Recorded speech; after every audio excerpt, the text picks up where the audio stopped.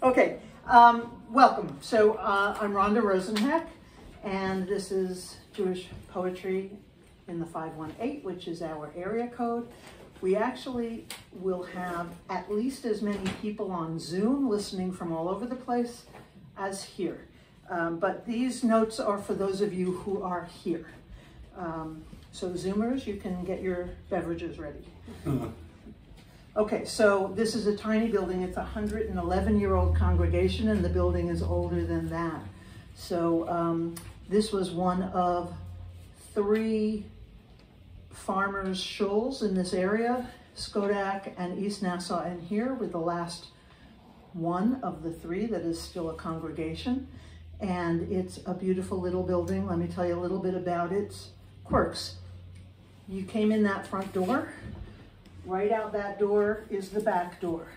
The back door has both ramp and some stairs, and that's your second means of egress for any kind of emergency.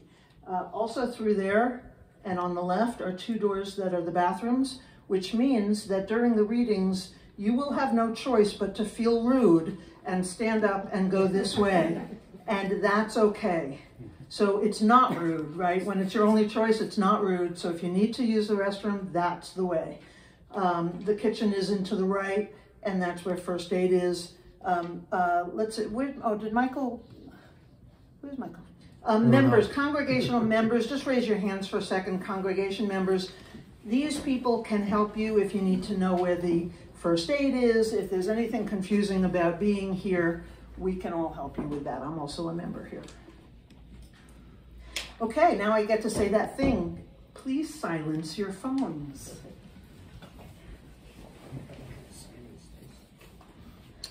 And one of our other members, who is a judge in the New York City courts, told me to tell you that Yiddish poet Isaac Imber was a member here, and somewhere on these shelves is some of his poetry. And there was also a writer named Esther Hartzig, not a poet, but a writer, and she was a summer resident here. So she would summer here. So this congregation has a history of literary and farming membership. Good. Okay. It is 3:31, and I'm going to start the program. Hi again. Hi. Hi. I'm Rhonda Rosenheck. I spent 33 years in Jewish education. That was between being a poet and being a poet. So I am what you would call an emerging poet, as if I was a young poet. But that young poet over here, Tatiana, has actually published more poetry than this emerging poet. So age has nothing to do with it. It has to do with when you really turn your attention to it fully. And all of us poets, here's the program for the afternoon. We're all going to share with you our poetry, less of it than we could because we have 7 of us. So we're going to share our poetry with you with very little of this and very little chatter in between. And then we're going to break, and I will watch the time, and if there is a chance that we've got a little extra time, we can do some Q&A. If not, we'll call it the program. Zoomers can go about their day, and then we will bring out the egg creams and have a bit of a dessert reception with egg creams and book signings, etc. And vodka. Good. Okay. I need my papers here. Other poets, would you mind if I kept mine here over in the corner the whole time? Okay. So all of the rest of the poets are going to read in a block. I'm going to read a poem of mine as I stand up to introduce the next person. And the first one I'm going to read for you is not on the sheet of paper. Here it is. It is based on a tiny piece of the Shabbat morning liturgy that we don't read aloud. And unless you know Hebrew, then you would never know how magnificent this little piece of blessing is. It's from Tractate Blessings, right? And in the Babylonian Talmud. And it starts, Ilu finu male shira kayam, even if our mouths could fill with song like the sea. And it goes on in this grand stuff and then says, even if I still will not be able to sufficiently praise you. So this is my version. If my mouth could sing. If my mouth could sing like crashing waves, her songs bounce between snowy peaks, breath fill chasms with echoing verse that her palate projects off of granite cliffs. If my eyes could freshen like spring-fed lakes, their tears raise blooms from desert sands. Crow's feet comfort like cashmere fleece, and lashes send out blessings on a breeze. Still, my heart could not share one iota, shout loudly or far enough the beat it hears, the pulse it feels when your electron tides ebb and flow through these chambered caves. Praise eludes me. How do I send exaltation soaring through light years of space, diving through leagues of seawater to reach you? Can words erupt in a lava kiss to seal my soul to you?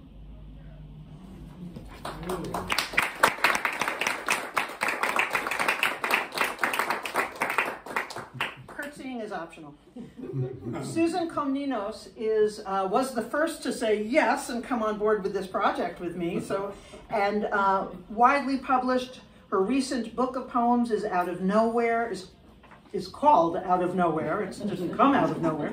And poems have appeared in Harvard Review, Rattle, The Common, Prairie Schooner, and New American Review, and elsewhere. She was the winner of Tablet Magazine's Poem in Your Pocket Award and others. Since 2017, Susan has taught writing to undergraduates at Siena, the College of St. Rose, and SUNY Albany, and does workshops for adults around the Capital Region as well.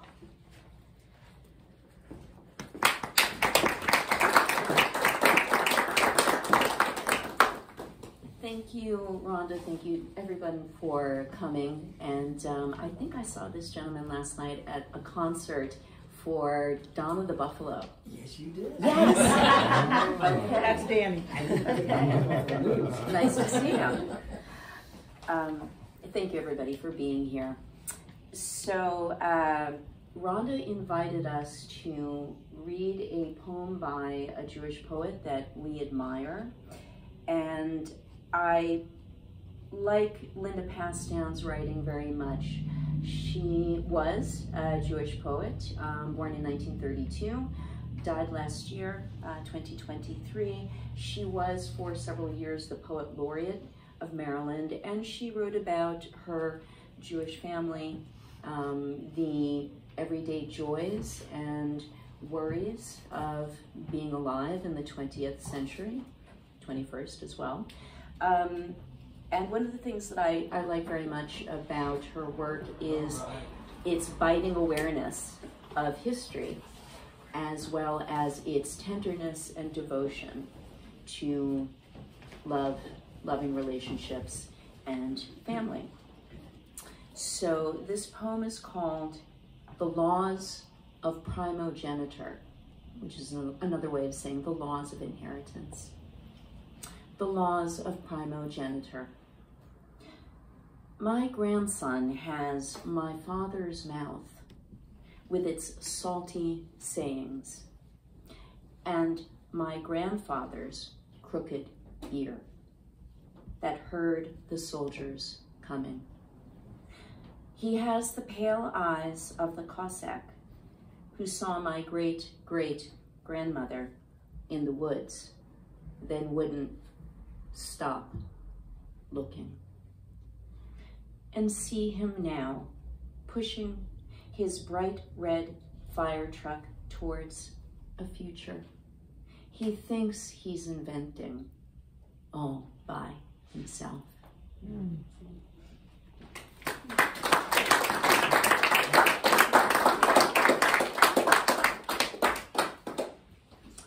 So Linda Pasdown's second book was called Aspects of Eve. And with that in mind, I'm going to read an Adam and Eve poem. It's called Naked Admission, a Fantasy. It's actually pegged to a news story from 2018, in which a bunch of French naturists wanted to go to a museum in Paris and have a naked night out. And the only museum that would agree to host them was the Palais de Tokyo. And I often like to write poems pegged to news stories. And in this case, I thought, well, it would be funnier if instead of going to the Palais de Tokyo, they went to the Louvre. And then I thought it would be even funnier if they went to the Louvre during morning rush hour and they had to commute there naked. So this poem is coming. This poem is called Naked Admission, a Fantasy, that the nudists who took a pre-dawn tour of Palais de Tokyo instead chose to visit the Louvre. I imagine the nudists rising early to eat cheese, drink cafe au lait before heading. All points checked with their enfleshed fraternité, their closest art-loving copain for the Louvre. To stare at torsos and busts laid in no-touch halls with conditioned air. They must first stop meeting au sous-sol, where walls sport blue veins found on Roquefort flights, each wedge as bottom heavy as an Anjou pear. So launched like rafts, posts of naturist ride, all limbs and padded seats on the metro, zipped in their maps of skin. Some hang from questionably cleaned poles. Others walk down the moist morning streets with unprotected backs and hair.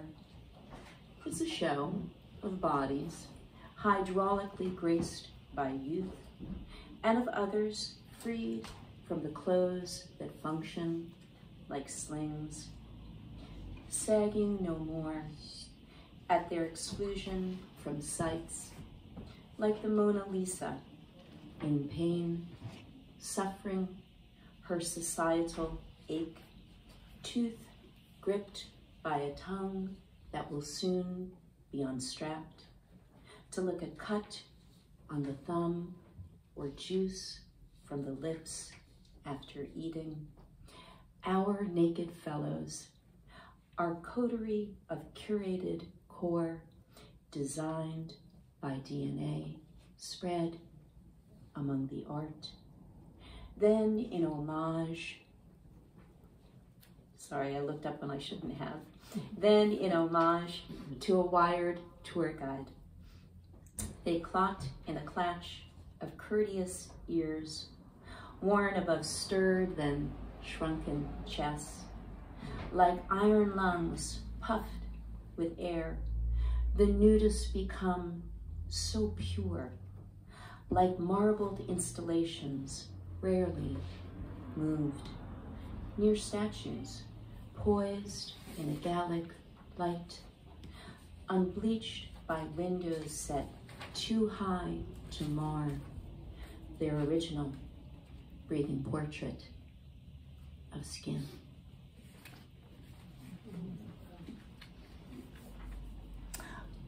Oh, thank you.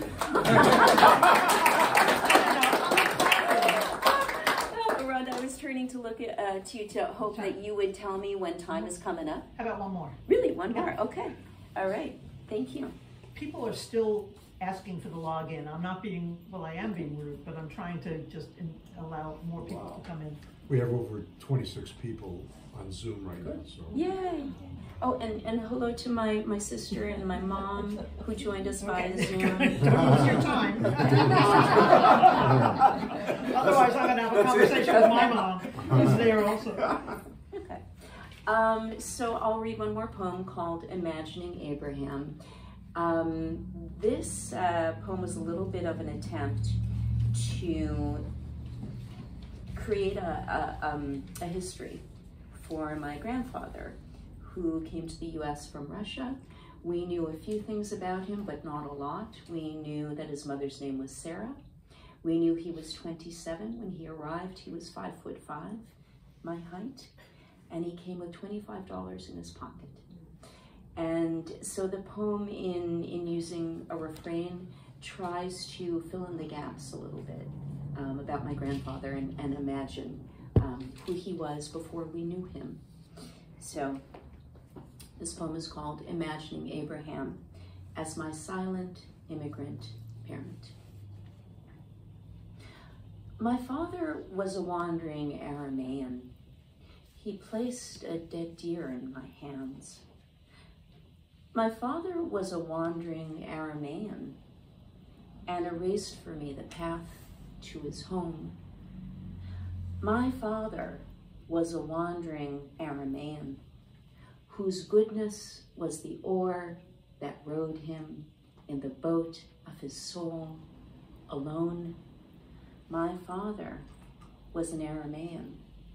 He spotted the dark and blurred halos. My father was an Aramaean wandering because he'd been cast out by beasts.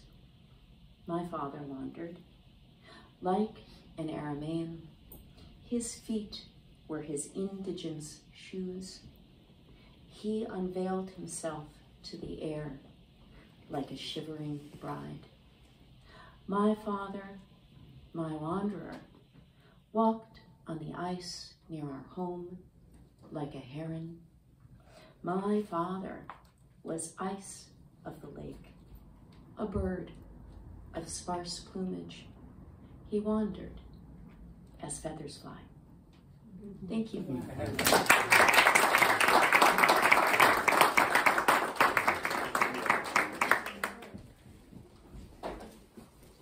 Thank you.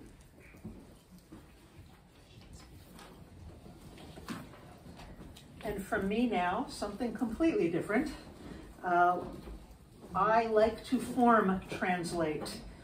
So, for instance, there's a sea shanty of the Book of Jonah over there, and a book of limericks for every chapter of the 5 books of Moses. So, you know, we're in a synagogue, and this coming Shabbos is our favorite Parshat Mitzorah, which is all about icky, icky, icky things. And so I'm going to give you Leviticus chapter 15 in a limerick.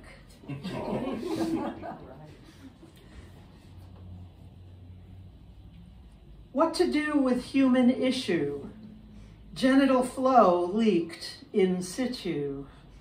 Impure, ugh, unclean. Where it's now or been. Love, stay apart, though they'll miss you. You have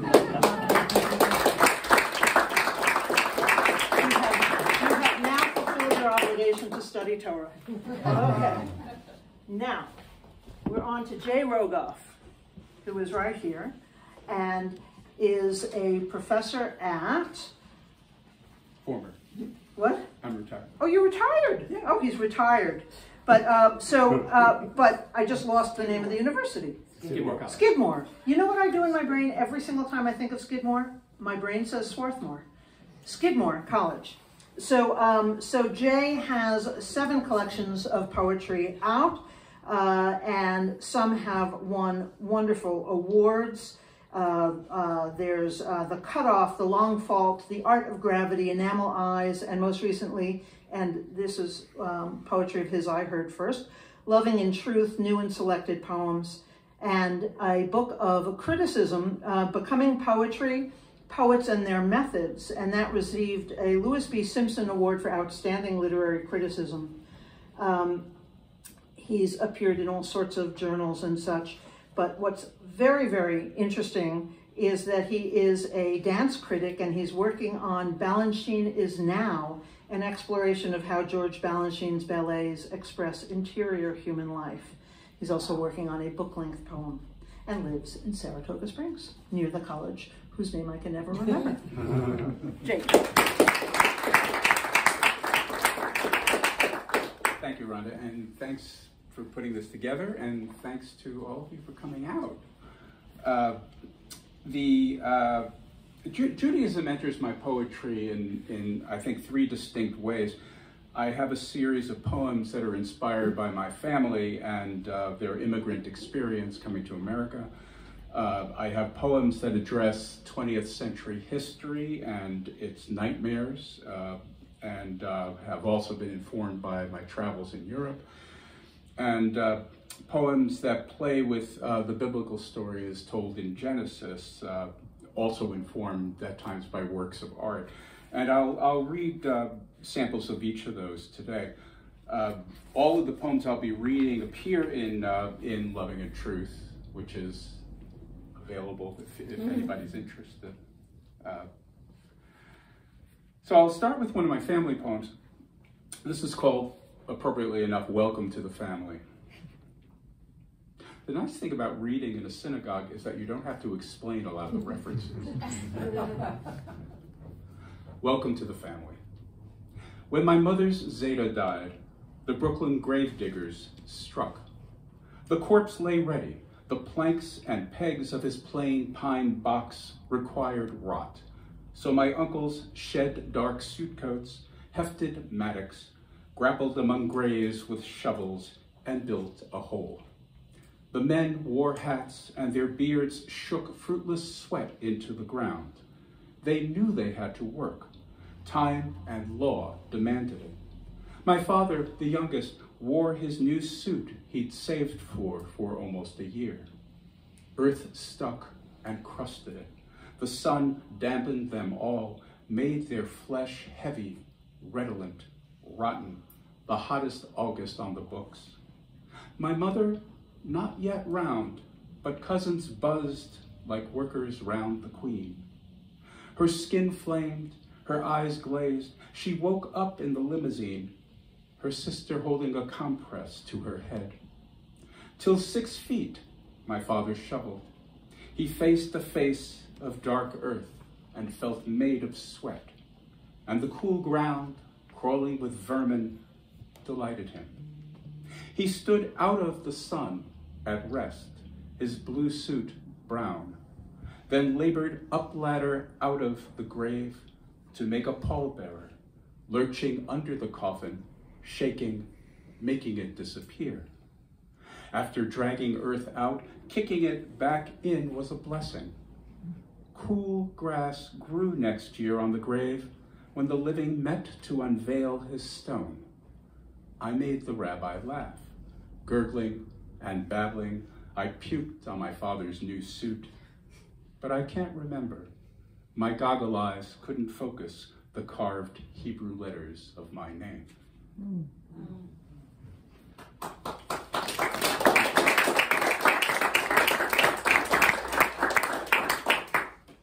Now we move into history in Europe. This is called The Old and New Cemeteries. It's from my dear friend Steve Stern, who is a novelist that you should know if you don't. He writes kind of magical realist novels about Yiddishkeit, and I'd especially recommend The Angel of Forgetfulness and his most recent The Village Idiot, which is about name. Which is about Chaim Soutine. It's a sort of fantastic telling of the life of Chaim Soutine. In Prague, you probably know there are 2 Jewish cemeteries. There's the medieval cemetery, and you've seen photos of that, I'm sure, in which the stones, which is so packed with bodies that the stones are falling over each other. It's extraordinary. There's also a modern cemetery outside of town. That's where Kafka is buried. And that is much more like a park, and it's much less crowded because after a certain period, there were no more Jews. The Old and New Cemeteries. With a slow, silent clatter like dominoes, the stones spotted with worn Hebrew clamber over each other as if they were prisoners clawing up to air over the backs of loved ones, trampling darlings deeper in the breathless chamber. The stones can barely stand, having exhausted underground by 1792. when Prague determined to close this rough medieval ghetto, the graveyard for Jews, and dedicate a new. A Jew goes into the ground, obeying an ancient text. A Jew must rot in the earth till the corpse is full perplexed in one dusty compound. This the bones comprehend when newborns first gulp breath, breath that burns like flame or soothes the lungs like snow, breath that begins to blow through city and tragic wood, whirling Eve and Adam, each dustman and bone maid, back to their filthy home. Into the ground they go. Rabbi Lowe's ancient tomb stands a little aloof, a crown among snaggled teeth, with a dark plot of gum around it, a little totenraum. The rabbi composts beneath, doodily confounded with other human filth. He popped the letter shin into the mouth of his golem, who roared alive to avenge Prague's docile Jewry, living among the goyim, as though behind plate glass, a stone's throw apart. Now suddenly astounded by their creatures' gory rage, blood for a slaughtered milk cow or a smashed shopfront. Vicarious fury sprung from the heart's locked attic, now loosed from a secret page. Ages from that neighborhood, the new graveyard is light and airy as a park. Its avenues run straight stones on every block. No crowding in shadow, no camp or old world ghetto. At a much trafficked corner lie the bones of Kafka. Burnt offerings, bric-a-brac, scrawlings in demotic American litter the grave. Each Elvis-like devotion corrupt with naivete, as if his corpse could hear, as if the bones could care, as if they held some truth to heal the mourner's clay, the sort of thing to drive all Kafkas back to bed, black covers over the head. In the new cemetery, the empty boulevards stretch for what seems miles, the sky the color of sifted ash. On the wooded alley past Kafka, the graves attain their end. Regardless of command, none comes tumbling after. The Jews, of course, went away, on trains propelled by breath, exhaust from the black earth, an orderly transportation no one had foreseen, and none dared prophesy, only to return in compounds of their own, a gray precipitation, weightier than fog, to other earth than Prague.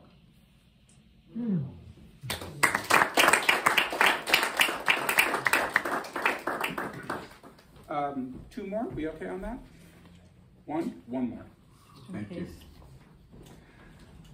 Okay, so I will end with, this is a much shorter poem. And this is one of the Genesis poems. There is a reference in here that I will explain to Salisbury because the relief carving that inspired the poem is from the chapter house at Salisbury Cathedral. Cain's gift. The blood cried up from the ground, and the air held its breath. The earth's sunset-stained face, now an epitaph for Abel's head and hands, thrust up from the grave. That childish face profiled, those hands clasped, a child imagined by the sculptor petitioning the God who let the model murder play out unimpeded. From brother to his keeper, the singing from the sod rose, a sunset lark, whose quavers left their mark on Cain's consciousness, setting him a quiver at walking the cooling face of earth banished forever from Salisbury's chapter house, a period put to his chapter, and from the good book hurled out to beget the world.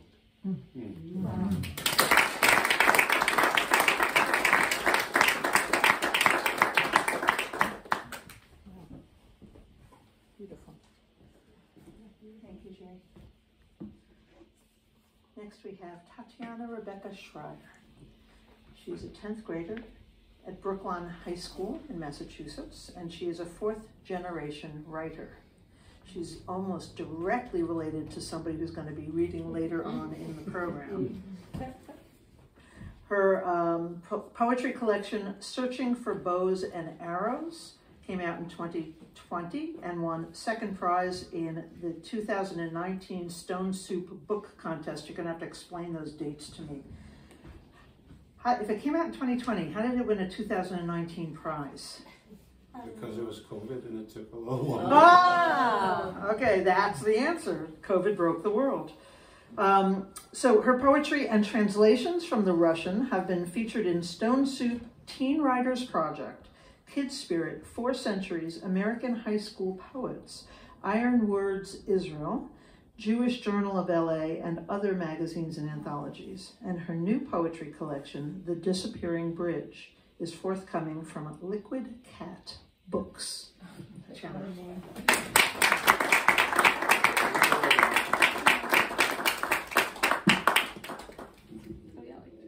Sorry, I'm a little short. No apology. So first, I'll be reading a few short poems from my first collection, Searching for Bow and Arrows. And my first poem is called The Jewish Graveyard.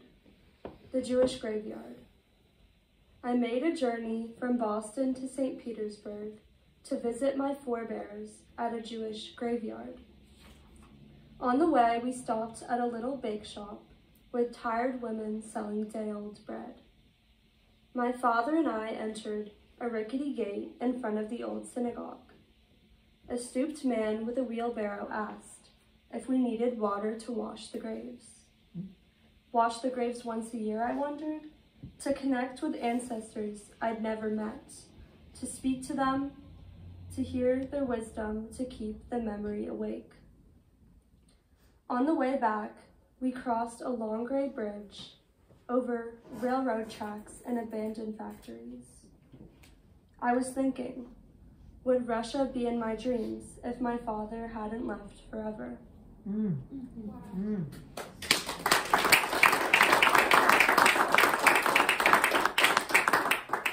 And my next poem is called My Sicilian Trumpet Teacher. My Sicilian trumpet teacher. Each time he comes to our house to give me a trumpet lesson, he arrives in a large SUV and tells us his family hasn't visited in ages. He drinks an espresso, spreads pages of music on the stand, and instead of playing, he talks about Sicily. Mount Etna in the distance, his grandfather's old village, olives and rosemary, the only place he feels at home.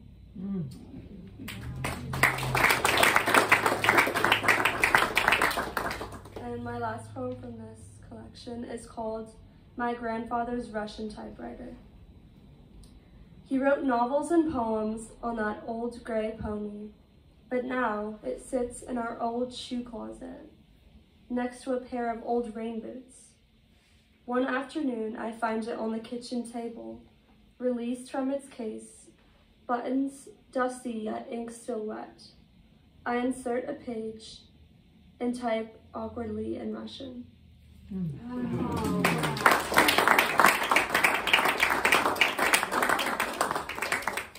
And now I'm just going to read one poem written by my grandfather, David Shrayer Petrov, and it's from his collection, Lift Me Up, which in this collection, my father and I translated it from Russian into English. And during the pandemic, my grandfather taught my sister and I a class where we read Eugene Onegin by Pushkin in Russian. And that just really inspired me to read this poem. And it's called Nostalgia. Nostalgia. It feels good to return to the old haunts where a steeple beckons from the overpass. At a nearby synagogue, there's a cemetery, a burial ground amid, and a common road amid crosses and stars. Familiar and sundry like bales of fresh hay, eternally suffering like the Russian soul.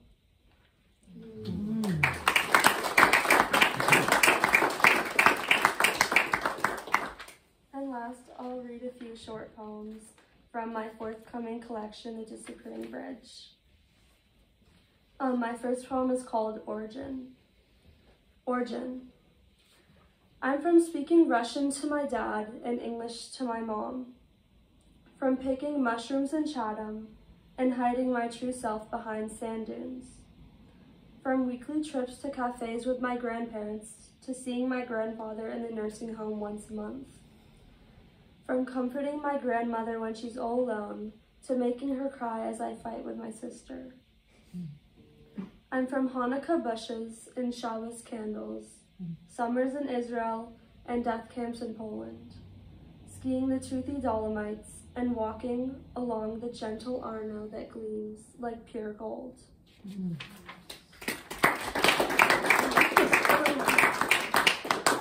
I'm from the beaches of Nantucket Sound, sunset picnics and dog walking in the dewy morning, from floating in the briny ocean and fishing for yellow perch and kettle ponds. I'm from blood is thicker than water, and you are closest to your sister, from saying things that I regret and breaking walls that cannot be repaired. Wow.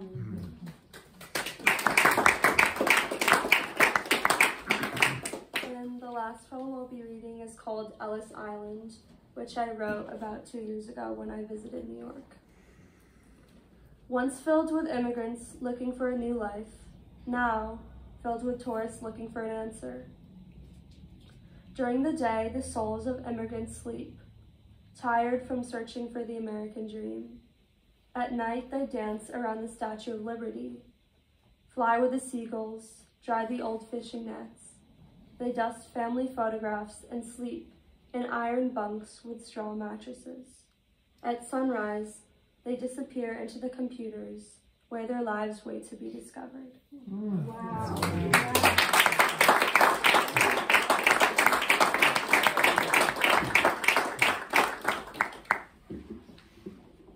That for the tall person.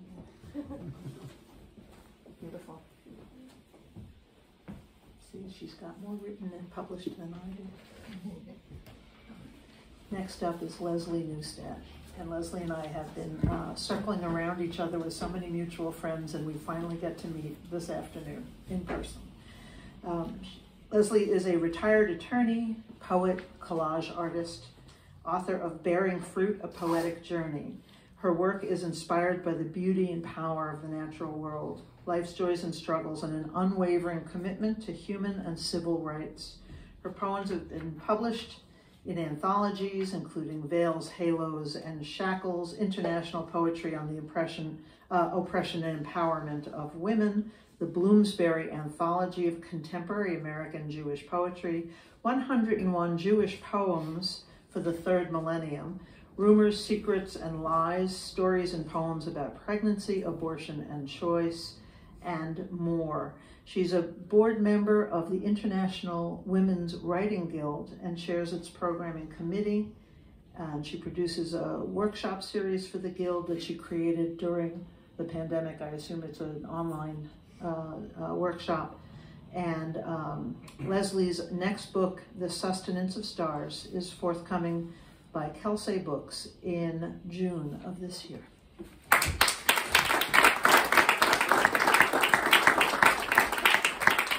My proof copy. So I'm shrinking by the minute.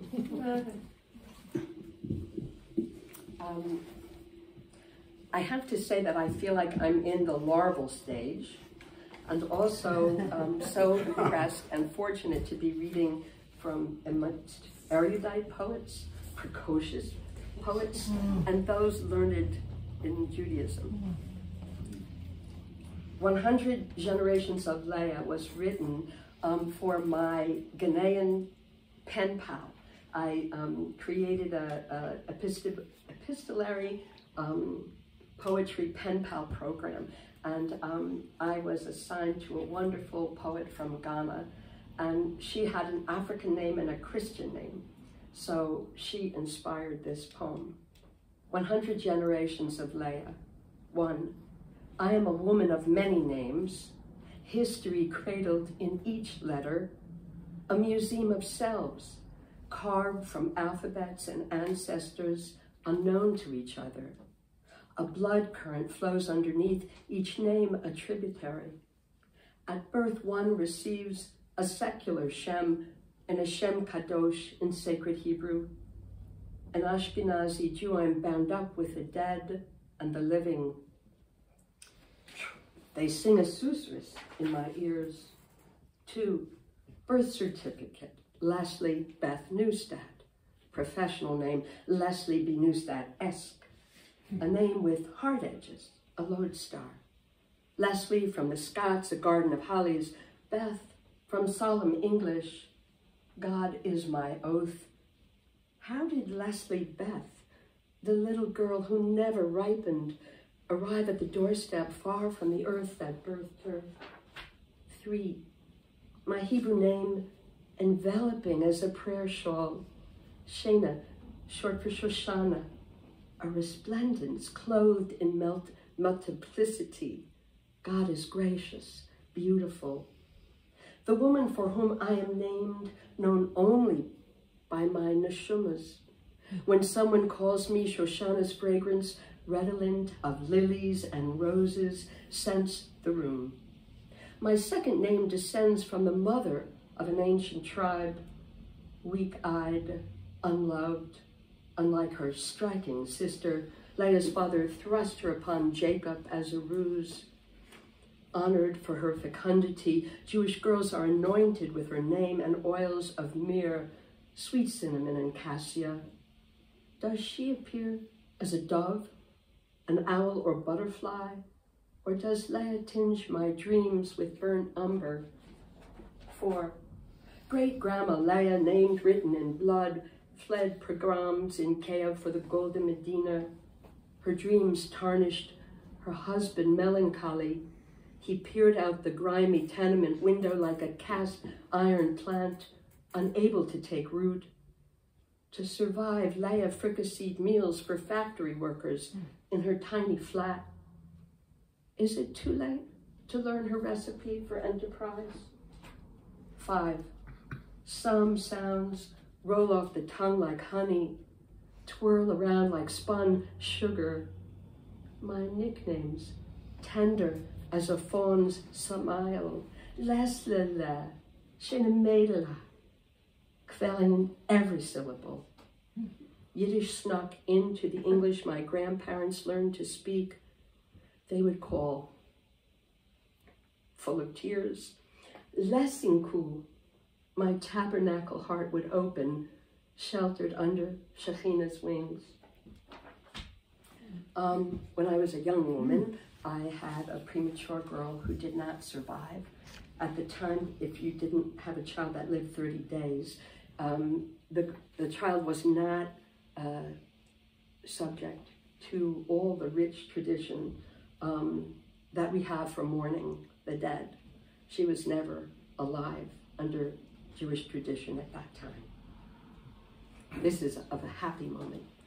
I was in mid-air when my granddaughter arrived on the anniversary of my mother's death, as if she'd willed me a girl child. Weekly, the doctor would peer into Maya's heart, searching for flaws, while she nestled in her mother's troubled womb. At term, Maya refused to descend. After 30 hours, Sylvia was sliced open and Maya scooped out. She was feisty as a ferret. Her electrical signals marched in perfect rhythm. No pacemaker needed as feared. My own baby girl had failed to survive. After 40 years, my lungs opened like a fan from Maya's sweet breath. A sigh slid from my lips. No longer a woman with a litany. Her birth limned my cracks with gold.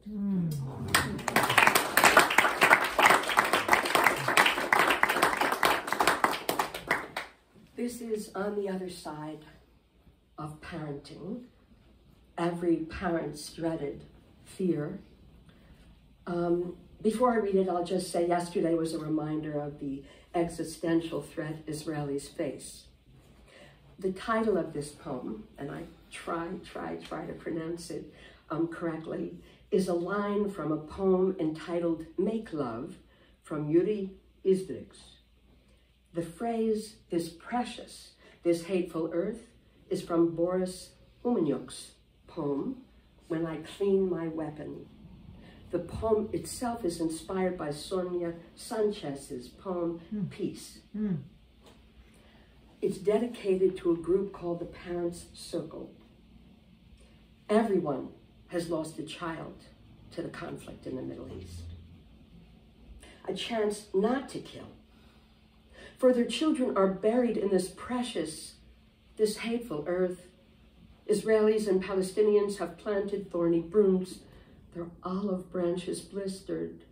Abdul and Aaron, Rafif and Rachel have no place to rest. The Parents' Circle climbs the arduous trail to trust within earshot of war. They have set the table with their children's hollow bones, drunk from each other's grief, tasted bitter berries, listened to each other's histories and travails. They plead, seek peace, seek justice. They're still together, still desperately trying to maintain relationships built in the most difficult of circumstances. Now on a different tone.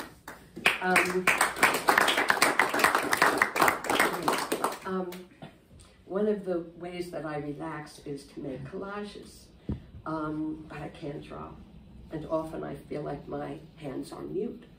So I wrote a letter to Matisse, in which I let him know how much he's helped me. An artist should never be a prisoner of himself, prisoner of style. Exactitude is not truth. Henri Matisse. Dear Henri, you draw with scissors as large as a scythe, dare me to cut with claws. You've taught me to stain the surface with gouache, lush with iridescence.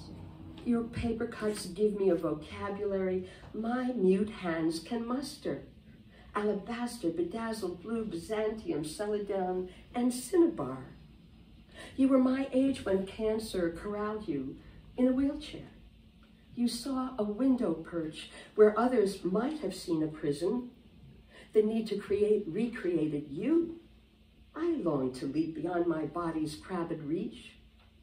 But visions might be unleashed if I were to wield large shears, never putting pencil to paper.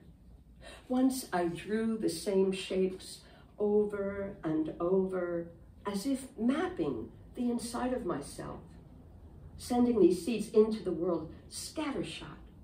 Some took root fierce as dandelions, but I was immured by my limitations, gluing fingers together, leaving messy trails across the page. Now I swoosh a brush until color claims the paper, and it sizzles. My scissors unleash forms waiting to be born. At times they flap like spur-winged bird. Some veer right, others shudder.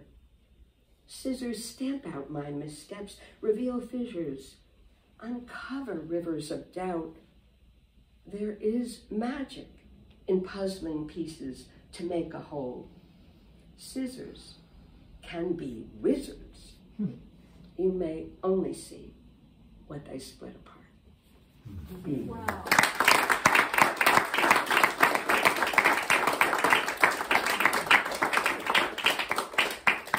Beautiful. Okay. I'm going to share one more of mine.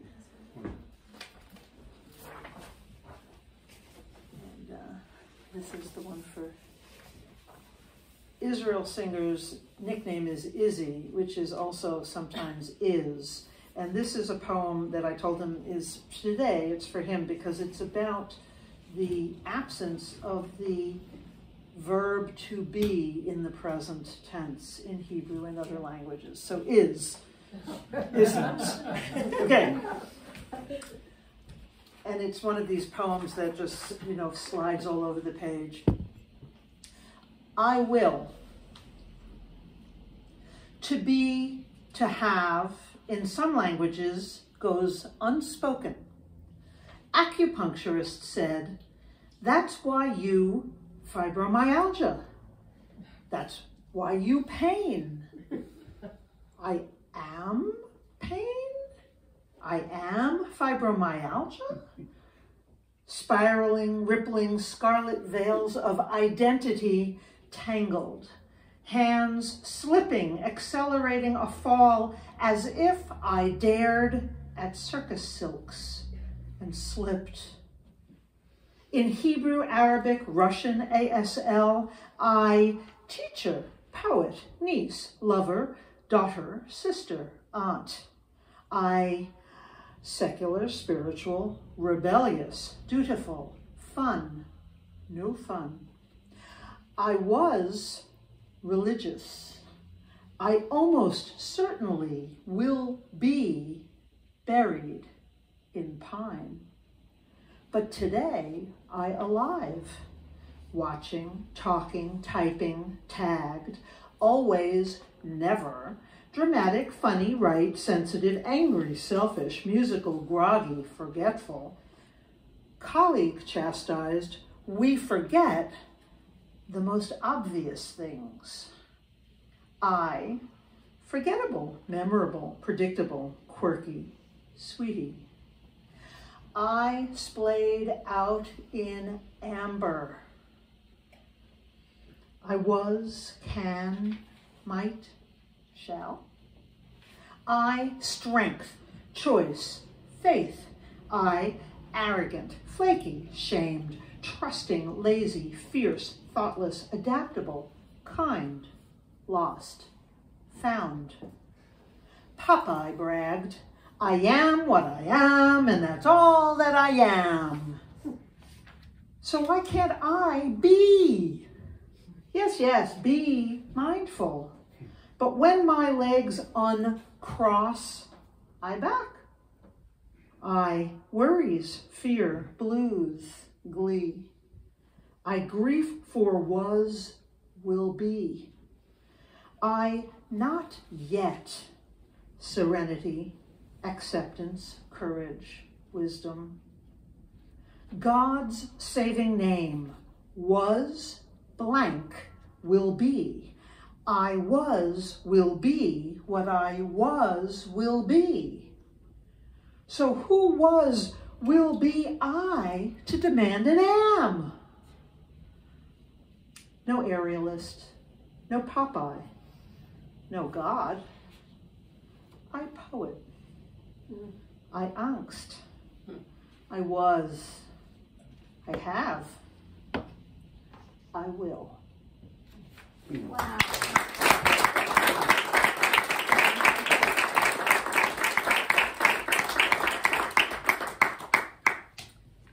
Next up, Tatiana's papa, Maxim D. Shrayer, author, scholar, translator, professor of Russian, English, and Jewish studies at Boston College. He was born in Moscow in 1967 and is one of the links of that writer's family. Maxim, I'm not calling you Shrayer in person.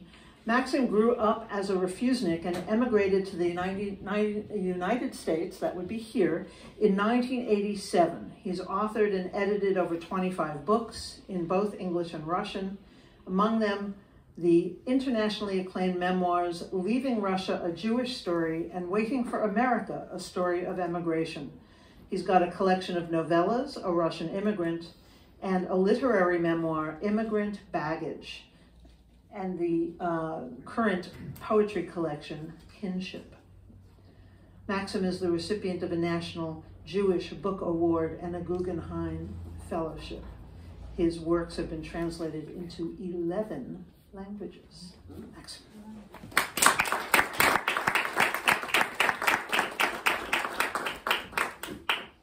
Good afternoon. Thank you so much, Rhonda. Rhonda is a patron saint of Jewish poets. I said that to her in email, but now I get to say it in person. Thank you. And I'm really thrilled to be here in this shul, and especially on this day when Israel has not been vanquished yet again. Amen. And let's take a moment and just pause and think about that. And just a note of explanation that Tatiana is fourth generation. That means that I'm third. My father, David Shrayer Petrov, is second, and Tatiana read a translation of one of my father's poems that she and I produced.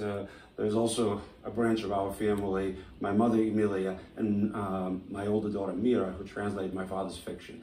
And then the earliest generation was my father's aunt, Batya Kahana, who came to Mandatory Palestine as part of the second Aliyah, and who wrote in Russian but published in Hebrew. She's an important early Hebrew writer. So that's kind of the brief story. I'll read a poem that's titled Artist's Quarter in Old Jaffa. It references Kikar Dumim, which is an area in the heart of Old Jaffa. Artist's Quarter in Old Jaffa. The frowned forehead of Kikar Dumim, a stoneware door sign, Shrayer. This used to be the home of our cousins. Such were the rules of that translingual game in Israel. They Hebraized our name. Here lived the artist and his family, the new owners, a Jewish lady from Germany and her German husband, destroyed the family abode of harmony to build their own retirement home. From here, one can see St. Nicholas Monastery, the nunciature, the Al-Bahar Mosque, where fishermen's wives prayed for their husbands, and also a majestic restaurant, Al-Adin, below warehouses and fishing boats, and further down, beaches, promenade, hotels, volleyballs, submachine guns, hips, lips, and heels, the joys and torments of every Jewish day imprinted on the sky of Tel Aviv. So that's the first.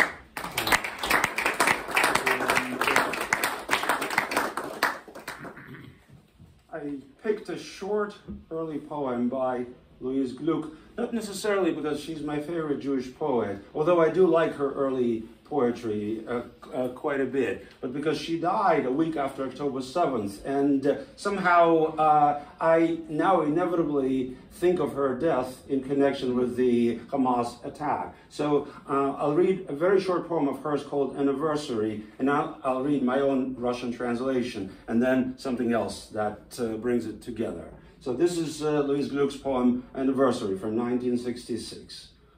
Well, November's hit Paris, again the Times records a mean temperature of 38, bunched about the Madeleine, flower sellers, ostrich the future with their noses rigorously immured in stale roses, or so I remember. Incredibly, it was the 21st last week, and my affection turned out limber. After all, oh Stephen, we would have been married now. I've still got our china, some broken and some linen, but the first I've really thought of you for months was just tonight when, with my fork suspended, I was saying how I loved New York. And now the Russian version. Quite close, by the way, where it really keeps the rhyme scheme and a lot of verbal orchestration. Годовщина.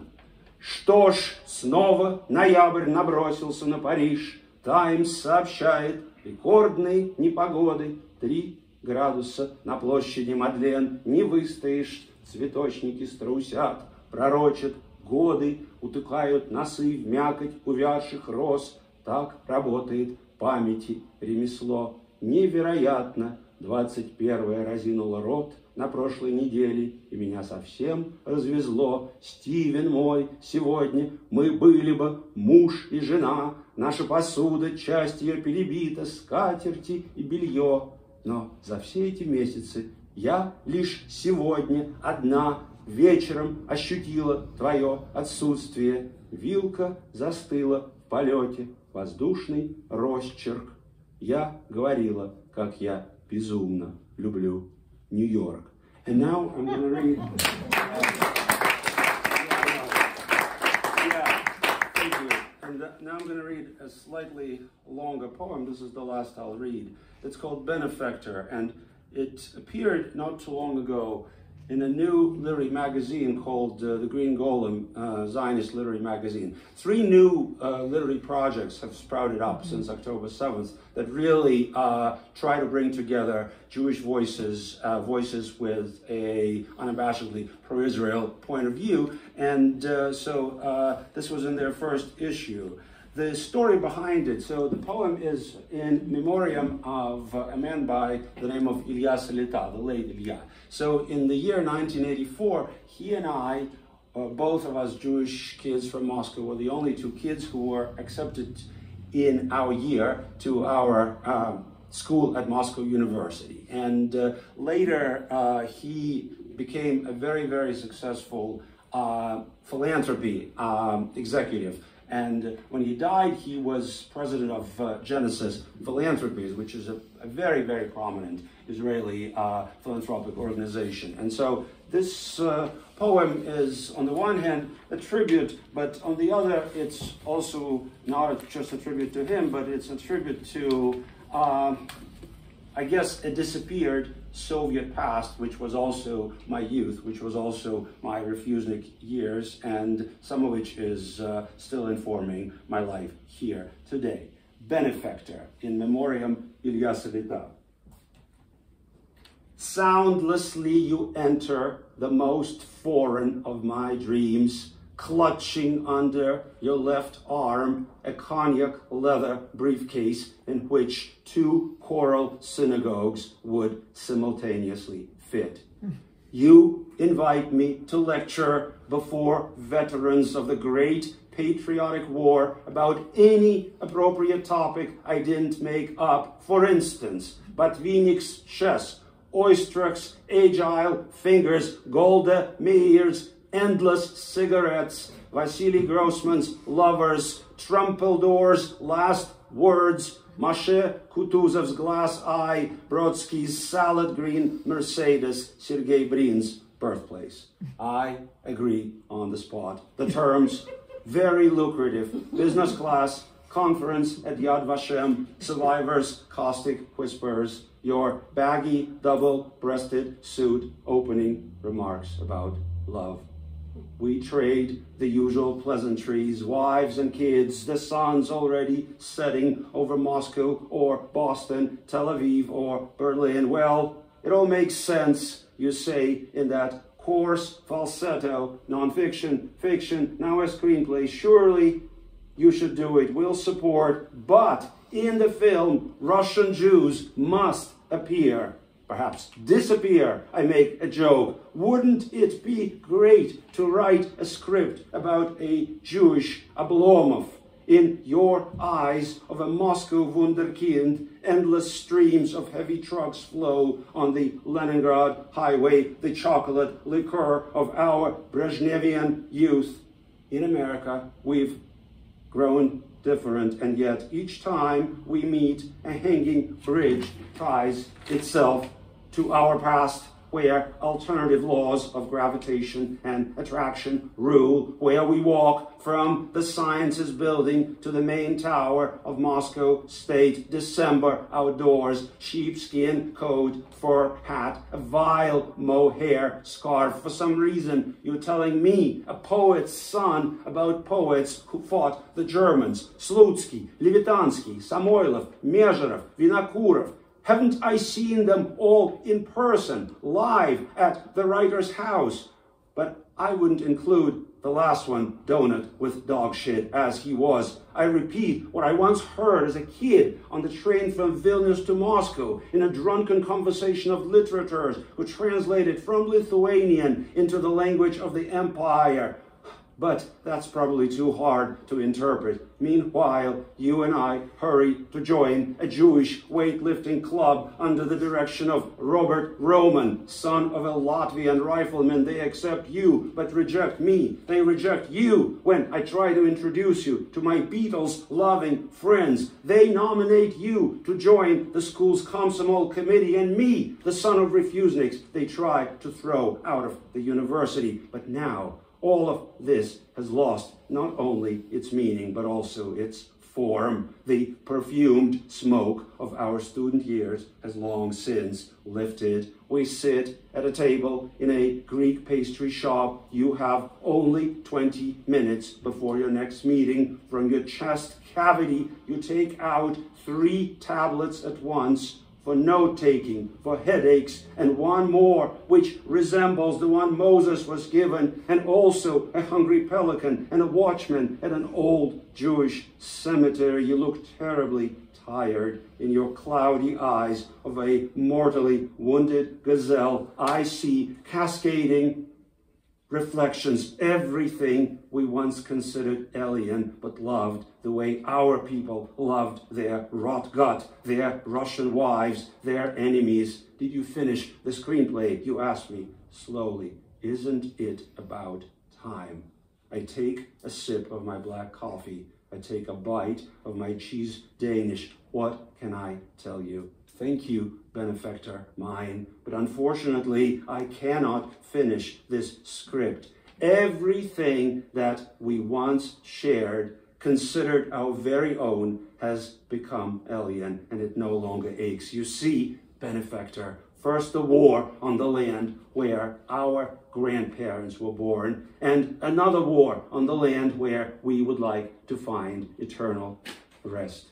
What kind of a Jewish-Russian script can I compose today? What kind of a funeral wailing song? Please forgive me. I just couldn't let you down. Thank you. Wow.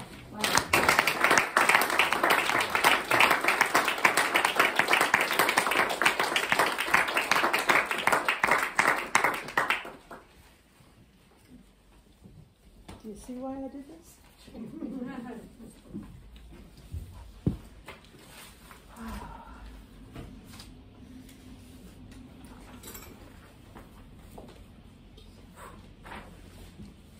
I'll share one more. This is called Number 2 Pencil.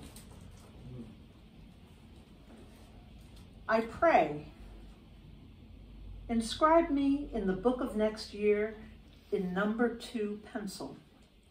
I am unready for certainties I do not trust.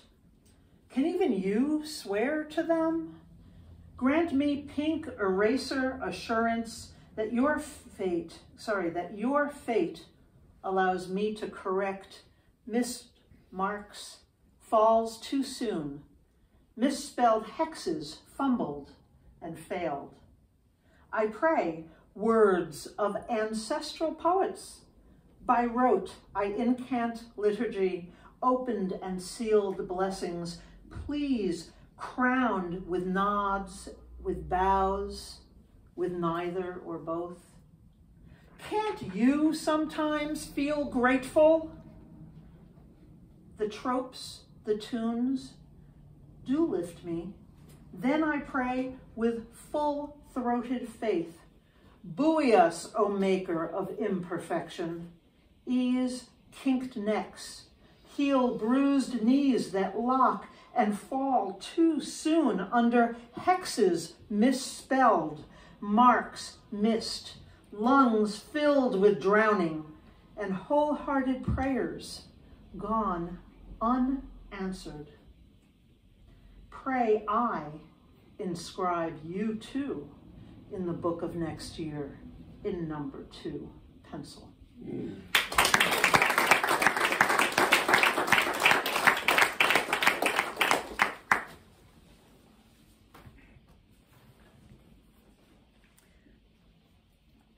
Barbara Ungar will close the readings, And I just got to hear some of her most recent book that was hot off the presses, out of the box that moment, called After Naming the Animals. And it's just out, and Word Works is the publisher, and they also published Immortal Medusa and Charlotte Bronte, You Ruined My Life. Her prior book, Save Our Ship, won the Snyder Publication Prize from Ashland Poetry Press and a Franklin Award from the Independent Book Publishers Association, and was a distinguished favorite at the Independent Press Awards. In a shul, what we say is she's no schlep. Earlier books include The Origin of the Milky Way, which won the Gival Prize and an Eric Huffer Award. The Standish Chair in English at the College of St. Rose. Barbara, too, lives in Saratoga Springs, New York.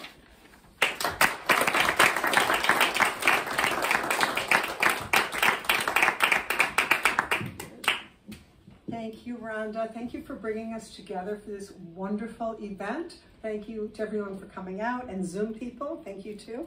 So I've changed my program slightly because of the recent events.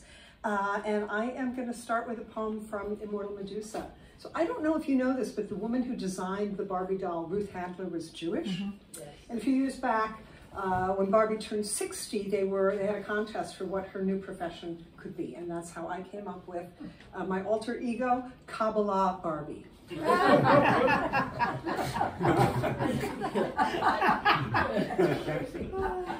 I know I don't look Jewish, but my mother was, so maybe that explains my new obsession. I got my red string bracelet on, just like Madonna, except mine's wrapped around my waist. You think dolls can't pray? If everything is one, that includes plastic. Barbie is a spark of God. I was created in your image, as you are in Hashem's. So why do kids love to torture me? They tear my head off, melt me in the microwave, the little Mengelas. Oh my God. Someone bigger must be hurting them. It's like play therapy. Trace that hurt back to its source. Ein Sof, the primal wound of becoming, cut off. Free will's a flimsy excuse. How much free will do I have? It all depends on whose hands I'm in. Before Barbies, there were rag dolls, corn husk dolls, clay goddess figurines. Me and my bazooms, a corrupt remnant of those ancient mysteries. If you keep going back through the primordial light that always shines on us, even at night from the blast of creation, the universe compressed to a point tinier than my pupil, a spark of impenetrable darkness. My head perfectly empty as the vacuum it emanates from. Anyway, that's what I like to think about when I'm not trying on new outfits. Before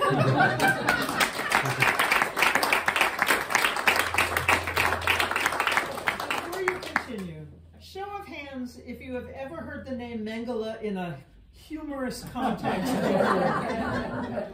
Never? Never, never. Thank you. Well done. Thanks. So the new book starts with another visitation of Kabbalah Barbie, which I'm going to skip because of time, and I'm going to go right to Eve. So section 2 in this book is called Call Me Eve, and this poem is Chava, the mother of all the living. At the end, as in beginning, after naming the animals, we banish ourselves from the garden. So many names, so many tongues, all of them meaning goodbye. Goodbye, meaning all of them. So many tongues, so many names. From the garden, we banish ourselves. After naming the animals, as in beginning, at the end.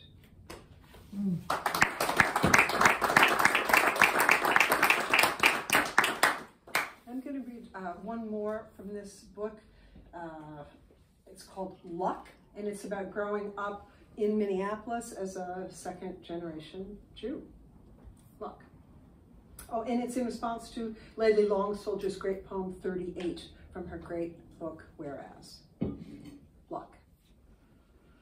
In Saturday school, they showed us black and white footage of skeletons barely clothed in skin, bulldozed into pits. I was lucky to be here in Minnesota, muddy water, land of 10,000 lakes, where I learned to swim, skate, and ski among the nice Scandinavians who, as a child, I thought had always lived there.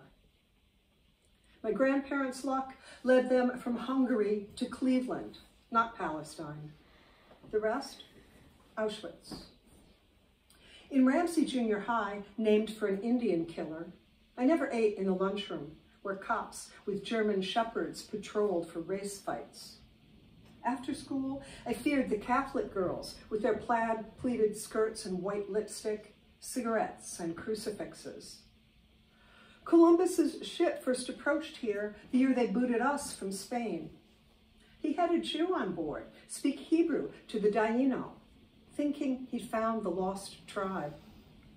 They never taught us that in school, or that Lincoln had hanged the Dakota 38 the very week of the Emancipation Proclamation, or that Fort Snelling out by the airport had held the starved Dakota until they revolted, or that the final solution had been cribbed from us, the US.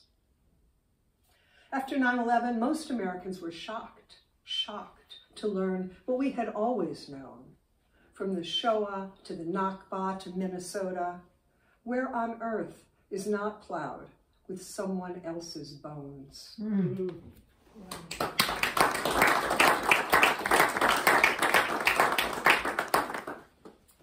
going to go back a little bit. This is Rosh Hashanah 5771. My son was little. We went to kiddie services, which were done as a birthday party for the universe. We actually sang Happy Birthday to the Universe, and that inspired this poem. Happy birthday, universe! We're having conniptions here on earth. We who flicker like moths take it upon ourselves to praise eternity, squabbling over what to call it, burning each other's metaphors, burning each other, as if we won't be gone fast enough.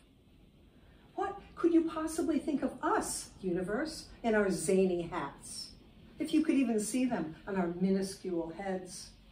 What of our noisy games? We'd burn you too if we could. We like to party. We like to fight. We like to circle around and around and around your killer light.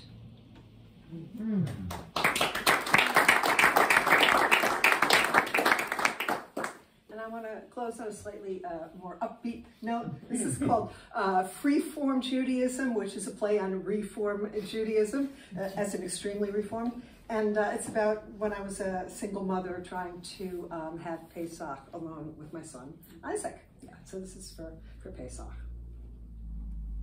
Freeform Judaism. I didn't clean the house or throw out the chametz. I didn't put away 2 sets of dishes and take out 2 more. I don't have 4 sets of dishes, or even 1, just mismatched plates from thrift shops in colors I love. I didn't invite anyone or cook an elaborate meal. It was just Isaac and me. I made some matzo ball soup from a box, opened a jar of gefilte fish. I did not grind my own from carp swimming in the bathtub the way Grandma did. I couldn't find a Haggadah or Seder plate. We just winged it. We did the 4 questions and the 10 plagues, but when I tried to tell him the story, he said, "I saw the movie."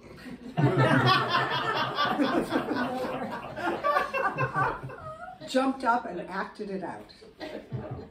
We didn't get drunk on Manischewitz, but I did put a cup out for Elijah, whom Iz took for a girl, so he left her a crystal with a note that said, "I love you." Of course, he found the afikomen. There was no competition, no candied fruit slices or disgusting macaroons. He was glad not to have to sit through the whole Magid or be forced to eat too much. I sang Dayenu till he told me to stop.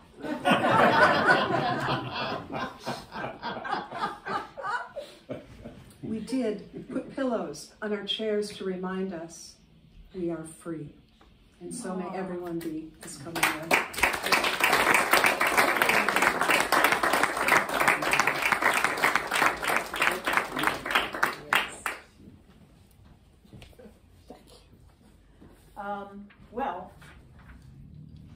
was so nervous that we would run so late that we have a few minutes.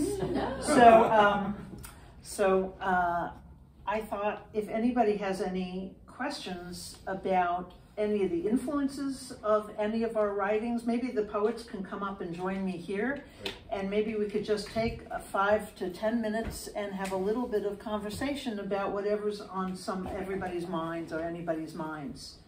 So somebody want to open with a question or a thought? Question. Izzy.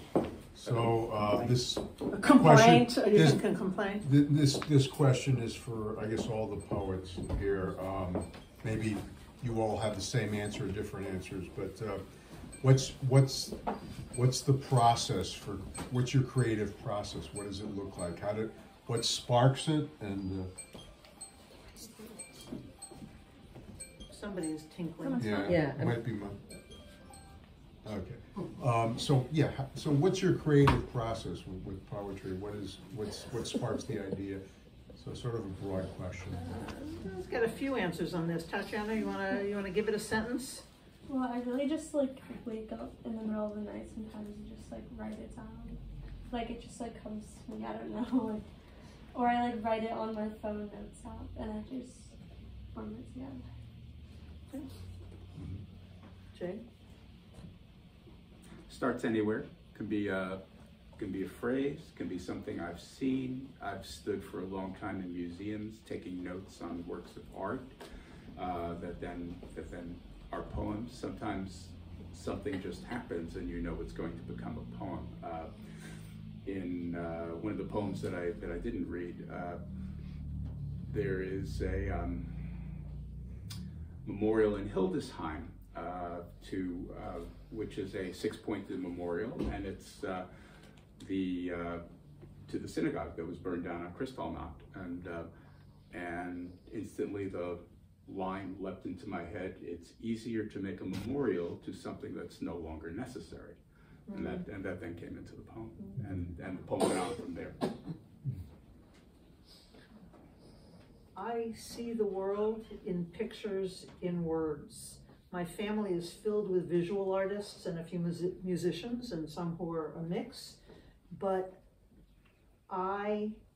even my dreams have voiceovers.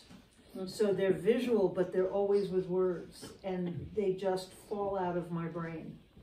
And when I don't have when I want to write, but I don't have a specific thing that I'm intending to write, I do things like find a series of words from a puzzle that I was working, something to just force me, say, here's these 5 words, write a poem. And then that circumvents my rational mind and goes to that place that just comes up with whatever I was thinking and had no idea I was thinking.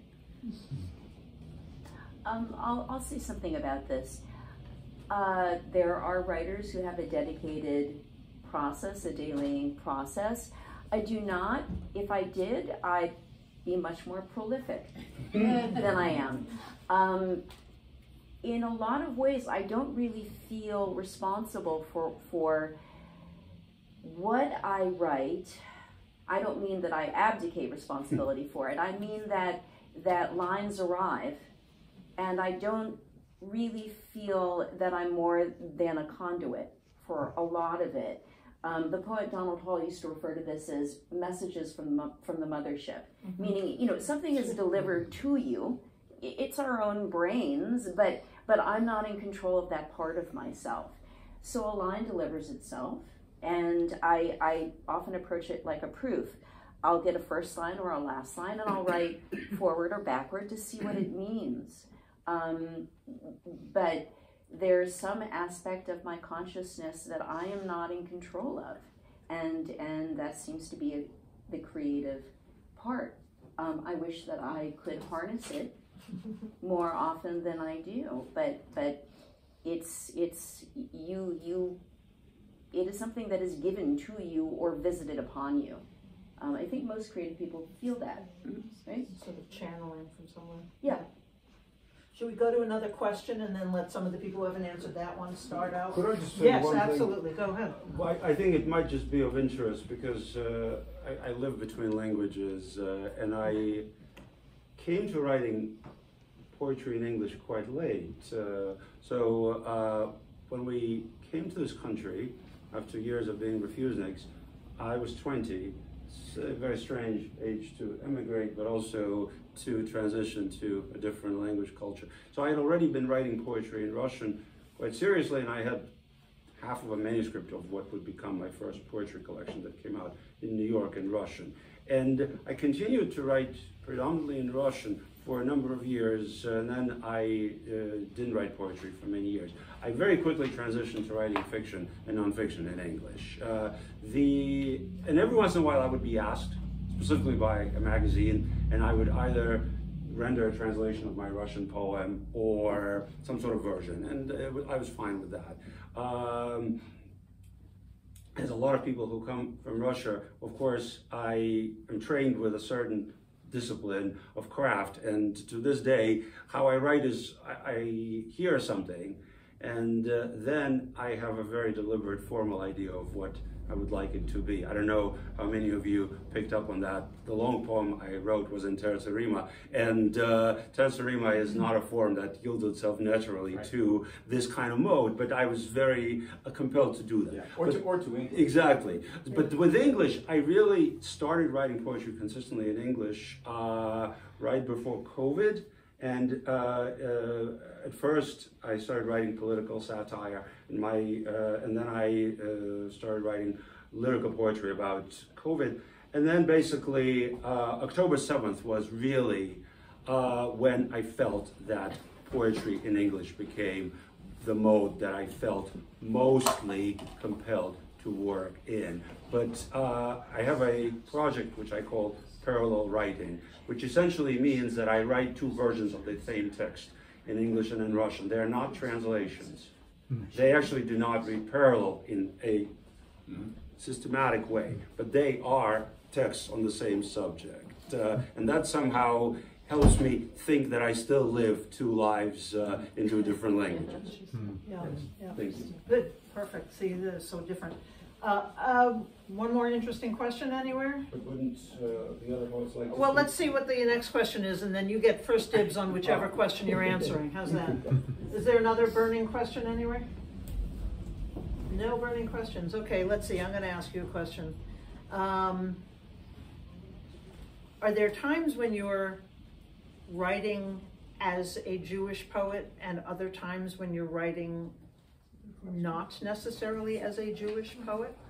I'll let the two in the end there didn't get any chance to speak yet. I don't know. I don't think so. I think it's like, am I writing as a poet or as a woman? I mean, I just am what I am what I am. I am what like, I am. Yeah, I was, will be. So, but I found in each of my books there are several explicitly themed Jewish poems, but usually not the whole book. I once heard, and I don't know if anybody knows, Yetzira is a wonderful... Oh yeah, I was going to mention it. Go ahead, tell me what it is. So I'm going to bring that up, which is, I think in 2017, Jessica Jacobs created a special organization for Jewish poets, and Kaveh Khanim for Black poets, Canto Mundo for Latino poets, and I was aching and aching and aching, right, to have an organization that was really supporting Jewish poets. The reason why I bring it up is that one of the women who read it at one of their sponsored readings said, I'm a Jewish poet, so everything I write as a Jewish poet. Sort of like your perspective that we can't change or we don't leave our sensibilities behind even when the topic of the poem is not Jewish. Yeah. It's interesting. With the new book, After Naming the Animals, I had a Christian editor reading it, and she did not understand what I was doing with names and naming. And she said, something is missing. And that's when I wrote my second Kabbalah Barbie poem, which is like a kickoff, which sort of explains the Kabbalistic idea of creation and naming, which then became the organizing principle of the entire work. But I didn't realize it was like I had to translate something that was innate in me into her. So, which is interesting, because I mostly teach Christian literature. Sometimes I teach Jewish literature. Question.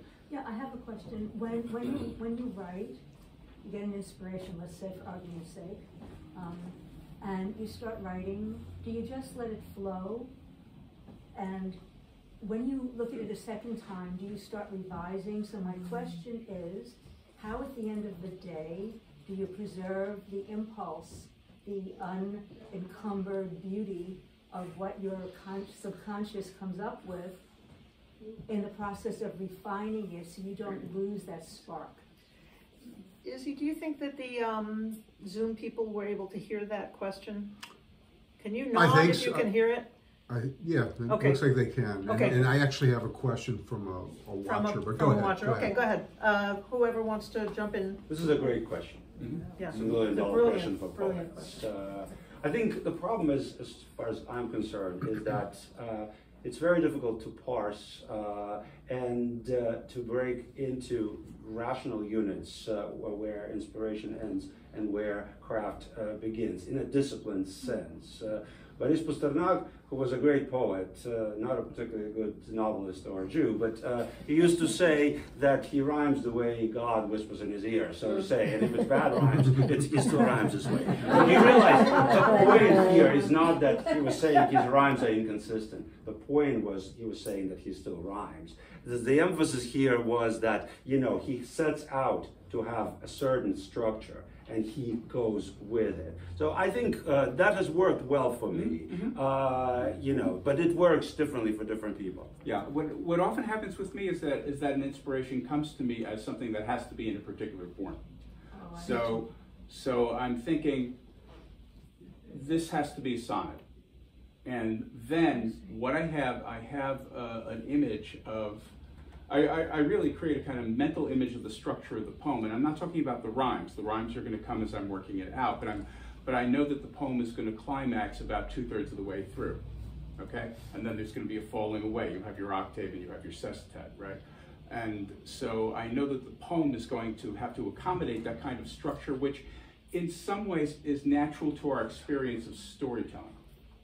And so the form then is able to accommodate what's going on in the impulse of the poem, and that's one way in which you keep the spark alive. I don't necessarily know where the sonnet, for example, is going, but it may be that as I'm coming to the end of the first 8 lines, I have a vision of what has to happen in the next 6, for example.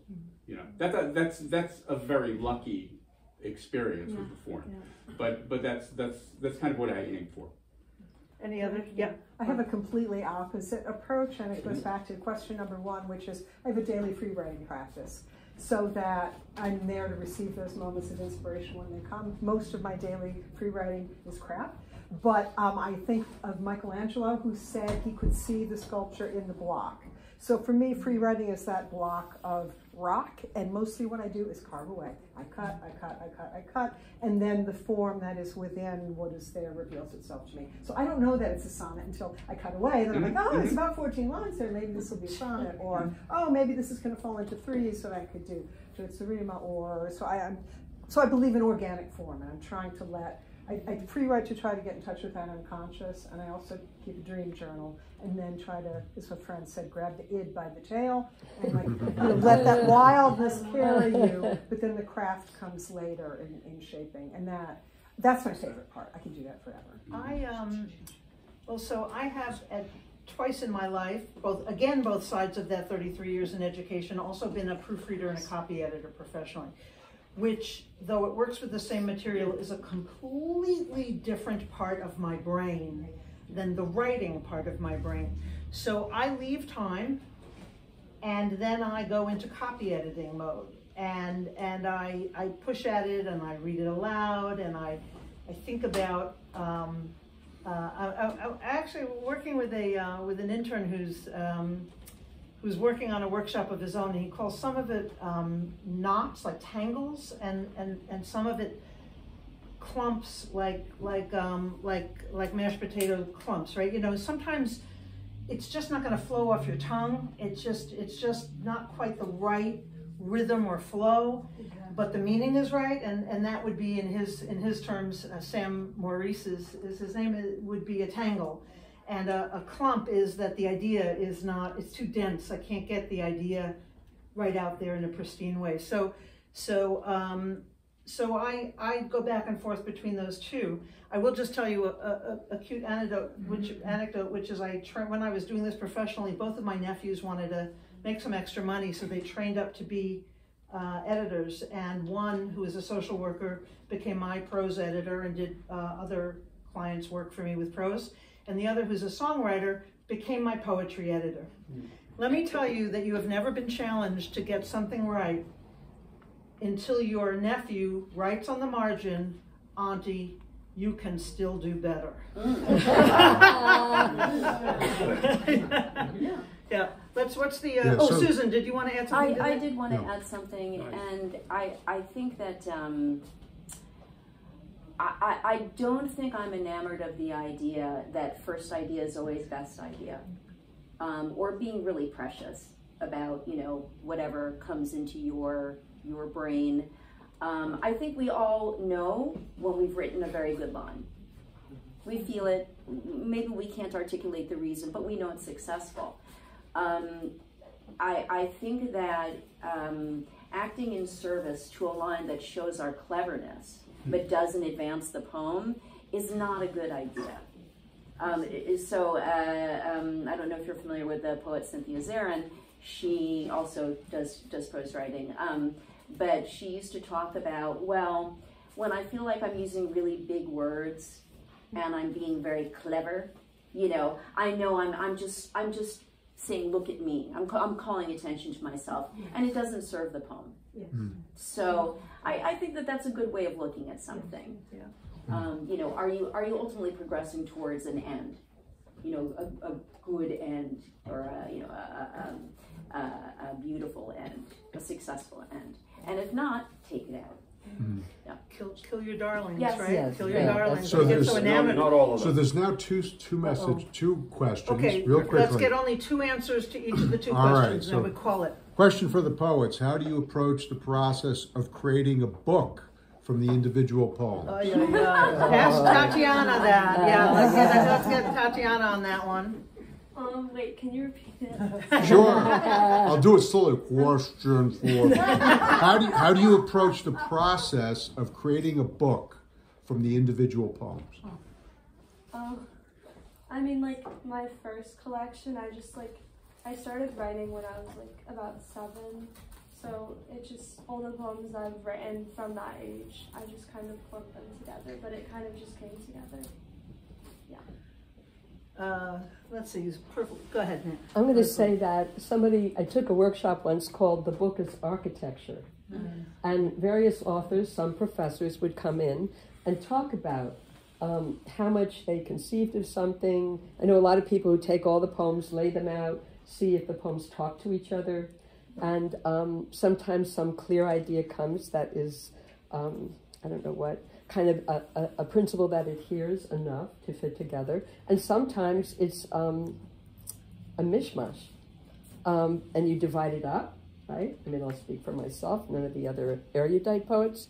And then I divide it into sections. And I also try, let's say I'm really bitching, excuse my swear, then I try to put in something like, you know what I mean? In other words, that I'm conscious of the reader in the order that I put it. And then, quite frankly, I get help. What's the next question? So this is kind of related to what was already discussed, but I'll say anyways. When you compose the poem, what comes first, the idea of the poem or the form or together? Okay, I'm gonna, so Jay, you already answered this. I'm gonna answer this because there was a thing I wanted to say. I do kind of an opposite thing sometimes because I do need like a prompt to get my subconscious going. Sometimes that prompt is I will chart out a form. And I think of the forms as vessels. I literally take on my word processing thing, I make a chart and I write all of the requirements for the form. And then I see what flows in. I do that quite a lot. And I choose the kinds of things I do that with. So sometimes I do that. And sometimes I write and form is less important. Somebody else who hasn't spoken on form want to? I have something to say, but I've hogged enough. Yeah, same questions. here. Okay. Same here. Okay. This is great. This is great. So thank you all. Let me